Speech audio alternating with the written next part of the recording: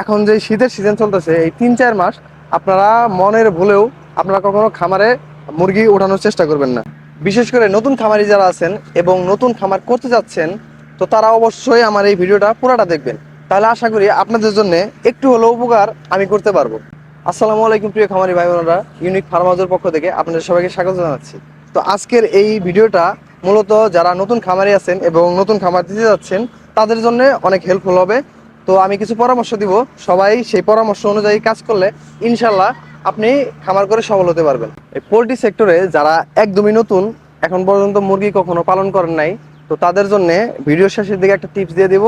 আর যারা দুই একবার মুরগি পালন করছেন এবং মুরগির সাথে একটু পরিচিত, তো তাদের যে বিষয়টা আমি এখন বলবো সেটা হচ্ছে, আপনারা সবসময় চেষ্টা করবেন যখন একবারে শীত বেশি থাকে, এই শীতের ভিতরে কখনোই আপনারা খামারে মুরগি উঠাবেন না।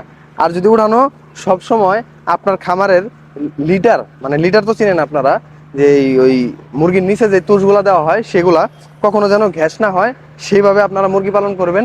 এবং সব সময় আপনাদের মুরগির যে ঠান্ডার ডোজগুলা সেগুলো সবসময় কমপ্লিট করার চেষ্টা করবেন এবং সম্পূর্ণ ভ্যাকসিন মুরগিতে করবেন। তা না হলে আপনারা কিন্তু বড় ধরনের একটা লসের সম্মুখীন হবেন।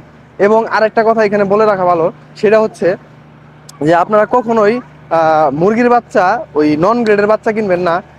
এবং যদি আপনারা নন গ্রেডের বাচ্চা নেন এবং বাচ্চাতে রেট বেশি দিয়ে নেন, সেক্ষেত্রে আপনাদের অনেকটাই লসের সম্ভাবনা থেকে যায়।